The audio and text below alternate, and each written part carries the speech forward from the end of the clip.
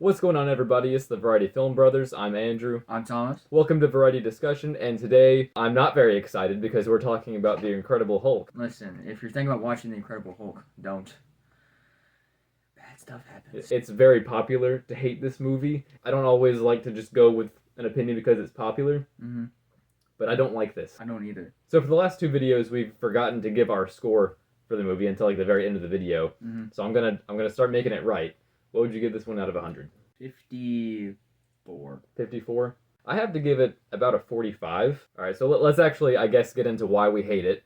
So we both agree we do not like the intro to this movie at all. It speeds through way too much, way too fast. The story really suffers from cutting all that information out because you really just are thrust into the movie and you only have just fragments of ideas of what's actually going on. Like you said, all that you can really pick up from the opening is that he turned into the Hulk, he hurt some people, and then he ran off. Yeah. And I guess that's really all you need to know, but like, is that really the best idea as far as actually getting people invested in the character, invested in the story? Because in movies, it's not enough just to keep people up to speed as to what's going on. You also have to make them care about these people. And that's also something I have later on. I was going to wait to talk about it, but why not now? Bruce and Elizabeth's relationship in this movie is so bad. It's so boring. Like, all the scenes that they have together, the movie, it feels like you're watching a completely different movie. 1 minute, you're having these crazy, brutal action scenes with the Hulk, and then the next, it's Elizabeth standing out in the rain looking for Bruce, like in this really long, dramatic shot. And everything she says is super dramatic, too. This isn't a knock on the actress. I can't think of her name at the moment. This isn't a knock on her. They probably kind of pushed her in the direction to do this. But every line she says kind of has this whisper to it. Like, literally every time she says Bruce, she doesn't say it like a normal person. She says, Bruce. I love you, Bruce. And, like, again, not her fault. I'm sure they'd probably told her to do that. But it's like, it feels out of tone. Like, it feels like you're watching like a Hallmark romance movie or something. No offense to people who like Hallmark romance movies. If that's your jam, that's your jam. But that's not what I came here to see. I don't think that's what you, if you're an MCU fan, came into this movie to see. And then they had her yell and scream at a taxi driver. Yeah, like she either is speaking so softly, it's practically ASMR, or she's cursing out your taxi driver just at a moment's notice. It's insane. And the buys do help. Buy, please sponsor us. They really do help. Please sponsor us, Buy. There are so many Buy flavors, guys. So many of them. There's at least 6. Sounds so dead. You're just. I know. I'm trying to get through this as fast as I can. Okay, so one of the first scenes we get is the chase scene between Bruce Banner and Emil Blonsky, as well as some of the people that he works with. They don't like him very much. And that's where that chase goes on for like 5 minutes. And then there's like another chase scene that's another like 5 minutes with the Hulk. But most of those scenes, or most of those shots, you don't actually see the Hulk. And, like, I get they're kind of building up to this moment where you get to see him for the first time, but it really doesn't work, because most of the shots that, like, try to hide him, it looks like they're just doing that to be cheap, to save a little bit of money. And then the shot that actually reveals him is this, like, it's still in the dark and you only see his face. Yeah. And, like, it's not a terrible shot, but, like I said, you had 10 minutes building up to that. Really got to end on a high note. But this movie just doesn't really have a lot of those. It really just feels like you're at the same boring, slow tempo throughout pretty much the entire thing. Yeah. Something I think we did both like, though. I'll give this movie a little bit of credit. Like, I didn't give it a 0. I like some things about it. But it actually has really good locations. Yes, they do have incredible locations to shoot at, but also they lack on the basic locations they shoot at. Like, remember the bridge? Or, like, there's a few shots where they decide to just do it on a green screen instead of just going there. And it's really weird, especially for a movie that knows that its CGI doesn't look very good. There are just a lot of scenes in this movie that don't advance the plot at all, and it just really makes this movie feel very slow. Even if that, like, said scene is paced really quickly, if it's a scene where it doesn't feel like much is happening, like the scene where he infiltrates the university by disguising himself as a pizza guy, like, they shoot it really fast, but, like, it's just so boring. And also, he didn't say pizza time. If he would have said pizza time, I would have given this movie 100. I would have given all the sins back. But something I do like about this movie that we don't really get to see a lot of in the MCU, like, Bruce Banner is at a really low point in this movie. Like, you know, I actually really like the shot where he basically falls asleep with his hands held out, just willing to accept anything that anyone's willing to give him, and someone gives him a little bit of change. I actually really like that scene, or that shot rather, because it's very short.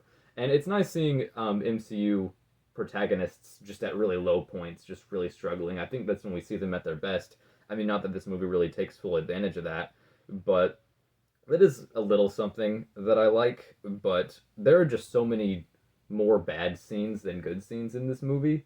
Like, it really doesn't make up for it to me. Like, the action in this movie is so bad, and it's an action movie. Literally, none of the action looks good. There's so much shaky cam. I think the bad CGI just makes it all bad whenever the action is just there. Oh yeah, see, like, bad CGI and bad cinematography. You get the Incredible Hulk. You get the Incredible Hulk, exactly. I'm so glad this didn't get a sequel, guys. I'm so glad that there wasn't another Hulk movie in Phase 1. Because the rest of Phase 1 is going to be super easy to get through for me. Even Iron Man 2, which a lot of people really don't like. Better than this? Yeah, exactly. I don't like how Elizabeth is cheating on her boyfriend. Oh yeah, I didn't even think about that. Yep. She does leave her current boyfriend like really fast. Like I'm assuming pretty deep into a relationship because he said it's been years since he turned into the Hulk, even though they don't make that time frame very clear at all. But so yeah, for all we know, they could have been together for like 3 years or something. And then as soon as he shows up at the pizza place, Bruce. She literally runs out from a conversation with her boyfriend to run in the rain and gets out in the rain. Yeah, and starts making out with Bruce. And it's like, what did this guy do that was so bad? Like, I get he's not the protagonist of the movie, but cut him some slack, man. He's not that bad. Yeah, the shots were bad. I can give you some examples, like whenever the shoe fell so quickly. Oh yeah, it gives the impression that Hulk ate him. Because they do that a lot in movies. They'll, like, where a monster or some kind of creature will, like, eat somebody and just their shoe or like just their hat or something will fall, and it gives the impression that Hulk ate some dude. I do like it how Bruce was more agile in this movie than Mark is in other movies. Because Mark, as Bruce or Hulk, as Bruce. Oh yeah. Because Mark is just like a really like scientist guy. He focuses on his scientist more than his I guess endurance, I guess what it's called. And then Edward is more like agile as his human self. Because in that chase scene, he was like jumping off of walls and like climbing things. I do like that about him though. Yeah, I mean, I think now that you mention it, Mark doesn't really do anything physical when he's playing Banner in like any of the movies. Yeah. But I do think that kind of helps really solidify the difference between Hulk and Banner. Is that Banner's really not physical at all, but I mean, it's not really much of a stretch to say that Banner has the capability to be. This movie is so, like, forgettable that, like, when the MCU references it later on, like in She-Hulk, like, you watched She-Hulk before you'd even watched The Incredible Hulk. And all that stuff with the Abomination, you weren't even confused about that. Yeah. Like, that's how much you just don't need to watch this movie. Something that this movie does that's really weird, I don't know if if the movie thinks we're stupid, or if, like, the movie just feels the need to over-explain these things. But, I've already forgotten his name. Mr. Blue.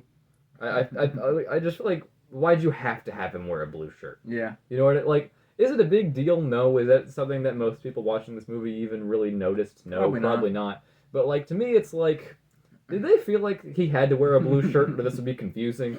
He just walks up to the one person wearing a blue shirt and a blue jacket, so he's like, Mr. Green? And another thing is, the antidote that they give him at the very end is purple, which is the contrast color of green. And it's like, is this smart or stupid? I don't even know. Since we're already in the third act, that whole final battle is so bad. There's not a single shot that looks good. There's not a single bit of choreography. You can't really call it that because it's animated, but we'll just say choreography, action choreography, whatever. That actually pulls me in. There were so many awesome parts in Iron Man that really felt like kind of real and kind of technical. And I get the Hulk is supposed to be the opposite of that, but when it just all looks like CGI, bad CGI. Just okay. If you have bad CGI in any movie, it's gonna make your choreography worse. It's gonna make probably your acting worse. Yeah, if you have CGI, it's gonna make a lot of stuff worse. Yeah, if you can't afford it, that's fine. Just find ways to do it practically. I remember there was a shot. Remember when Hulk kicks Emil and they switch to a CGI model to show him rolling on the ground. And it's like, do you know how many stunt people over the decades have actually done worse stunts than that? Mm-hmm. Like, you know how many stunt people have actually like rolled off mountains or like just thrown themselves onto rocky terrain, and like you couldn't have somebody like tumble around a little bit and then lean on a tree, and then just like you couldn't find some practical way to do that, because Iron Man looked so good even Mhm. when it did use its CG. Mhm. And I'm just like, what's with the disconnect here? There's Yeah. literally only a few months difference between the release date of these movies. Iron Man and this movie look completely different. No, It looks exactly. like day and night. It's exactly. so 'Cause- weird. Yeah, and it's really no wonder that people are so easy to like not think this is in the MCU, because it just feels so unlike it. Mm-hmm. You can do a full MCU rewatch and skip this movie so easily. Mm-hmm.